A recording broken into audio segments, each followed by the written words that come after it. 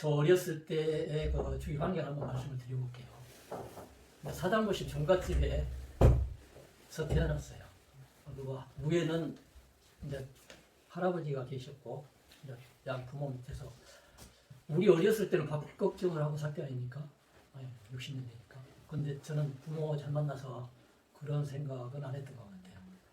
근데 할아버지께서 지금 생각해보면 발음만 강조하셨어요.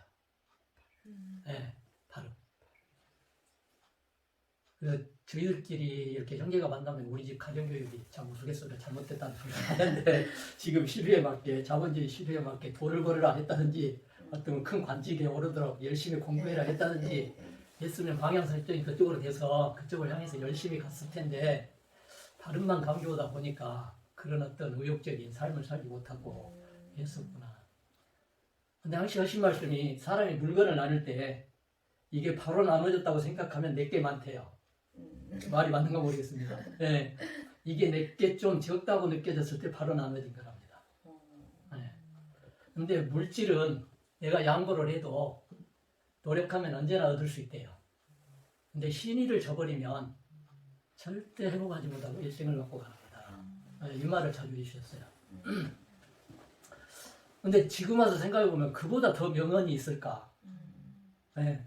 그걸 기본에 둔다면 얼마나 살기 좋은 세상이 될까? 근데 이제 그런 쪽으로 바른 말 강조하는 그런 집안에서 자라서 그런지 제가 중학교 2학년 때 굉장히 고민을 많이 했어요. 무슨 고민을 했냐면 이렇게 1대1로 하면 이게 바른지 알잖아요. 근데 이제 이게 3개, 4개가 겹쳐지면 이건 이렇게 하면 이게 오는 것 같고 또 이렇게 하면 이게 나오는 것 같고 굉장히 힘들다. 네, 복잡해진다. 함수관계 방정식이라도 좀 알았어요. 풀어봤을 텐데 그런 것도 모르고 그러면서 그 자기 고민을 하면 자기 나름대로 정리가 되더라고요. 그러면서 정리된 게 생각이 그래 내가 있어가지고 주위가 힘들면 나쁜 짓을 하면 안 되겠구나. 근데 내가 있어서 좋으면 좋겠다. 근데 하나 더 떠오른 게 내가 있어서 주위에 도움이 된다면 덕이 된다면 아 그건 바르겠다. 그게 사람 사는 가치겠다. 그런 생각이 들더라고요. 근데 이제 그 생각이 지나고 나니까 그걸 정리하고 나니까 무슨 생각이 드냐면 내가 누구일까 하는 생각이 든 거예요.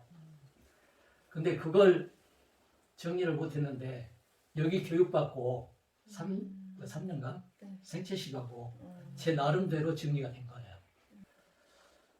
그렇게 살아오다가 제가 이제 만 20세가 돼가지고 군대 가기 전 신체검사 갔죠.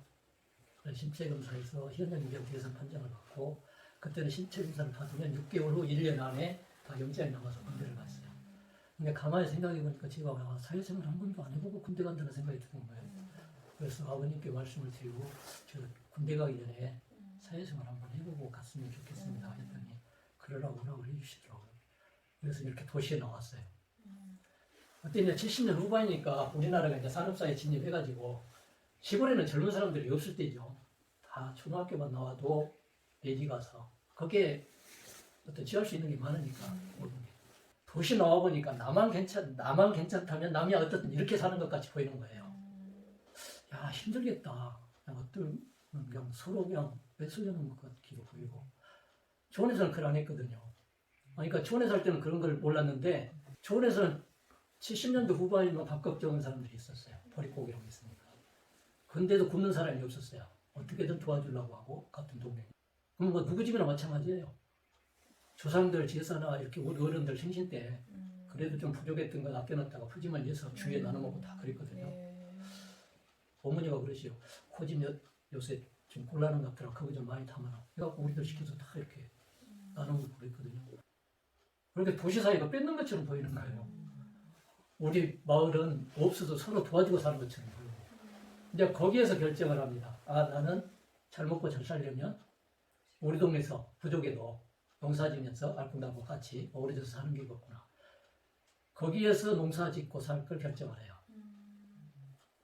그러니까 이제 그때는 제가 잘 판단한 줄 알았어요. 근데 이렇게 생각이 정리되고 보니까 이미 할아버지한테 길이 다 정해졌더라고요. 그래서 지금 제가 말씀드린 것도 지금 머릿속에 할아버지가 한 8, 90% 다 이야기하고 있는 거예요. 농사 지으면서 이제 저는 이제 학교 다니면서 좀 농업을 배웠기 때문에 책만 보고 농사짓는 사람이었어요. 근데 그 농약 사용 설명서를 보면 농약을 사용하면 절대 안 되는 독극물질로 거기에 정확히 내용을 이야기를 다 해놓습니다. 인위적으로 합성한 화학물질로서 인체에 들어오면 배설되지도 않고 밖으로 나가지도 않고 축적되면서 근육마비나 또 생리장애, 2세까지 기형아를 유발할 수 있다고 명시를 해놨어요. 그래서 절대 몸에 흡입하거나 묻어서 들어오지 않게 사용을 해야 된다고 명시가 되어 있습니다. 그러면서 사용할 때 그 복장이 거기에 정확히 나열이 되어 있어요. 지금 화생방전에 임하는 그런 복장으로 명시가 되어 있습니다. 마스크 쓰고 우의 입고 고무장갑 끼고 장화 신고 그것도 한낮은 피해서 바람 등지고 2시간 이상 사용하지 마십시오 이렇게 되어 있어요. 근데 여러분 한번 생각해 보십시오. 농사철이 언제예요? 아주 더울 때죠. 근데 정말 옷 벗고 그늘에 있어도 땀이 날 그런 더울 때인데 그 정도 이렇게 해놨다면 얼마나 안 좋은 것인 줄을 아실 수 있지 않겠어요? 근데 저는 미련하게도 그걸 지킨 겁니다. 우의를 입기 전부터 생각만 해도 덥죠. 20리터짜리 농약통 그걸 갖고 들어가서 하면 10분 지나면 생각조차 몽롱이 돼요. 그러고 나서 한 통 하고 나면 더워서 못 견디니까 훌랑 벗고 뿌랑불 끼얹고 다시 입고 또 들어가서 하고 야, 잘 먹고 잘 살려고 농사 진다고 생각하고 지금 농사 짓고 있는데 잘 먹고 잘 살기는커녕 농약가 다 좋겠다. 그래가지고 이제 고민을 하고 농사는 어쩔 수 없이 짓고 있는데 어디서 들으니까 비료 않고 농약 않고 지을 수 있는 농사법을 가르쳐준 데가 있대요. 근데 80년대면 군사 독재 시절 아닙니까? 정부에서 어떤 농업도 그랬어요. 농업 정책 나오면 거기에서 반하는 어떤 농업하면 공무원들이 와서 진짜 지금 생각해보면 이해가 안 되죠.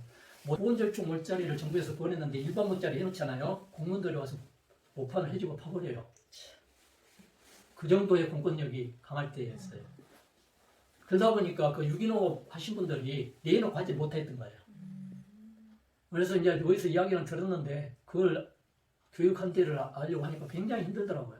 참 지금 세상 너무 좋죠. 네, 인터넷. 치면 다 나오잖아요. 그때는 마을에 회관에 전화 한 대 놓고 광주 와서 원효대를 가니까 가서 이제 말씀을 드려봤어요. 이렇게 농약 안 하고 비료 안 하는 농사법을 교육한다는 데가 있다는데 혹시 아시는 분 계시냐고. 그랬더니 한 분이 아시더라고요. 그 유기농 협회가 있는데 서울서 거기 가면 그런 걸 가르쳐준대요. 그때 교육을 가서 받았어요.